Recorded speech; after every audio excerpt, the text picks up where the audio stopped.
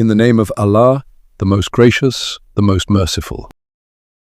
O Prophet, say to whoever is in your hands of the captives, if Allah knows good in your hearts, He will give you better than what was taken from you, and He will forgive you, and Allah is forgiving and merciful. But if they intend to betray you, then they have already betrayed Allah before, and He empowered over them, and Allah is knowing and wise.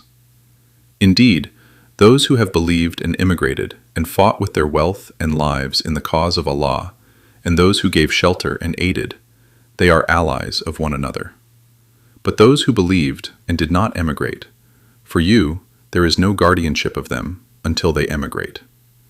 And if they seek help of you for the religion, then you must help, except against a people between yourselves and whom is a treaty. And Allah is seeing of what you do. And those who disbelieved are allies of one another. If you do not do so, there will be fitna on earth and great corruption.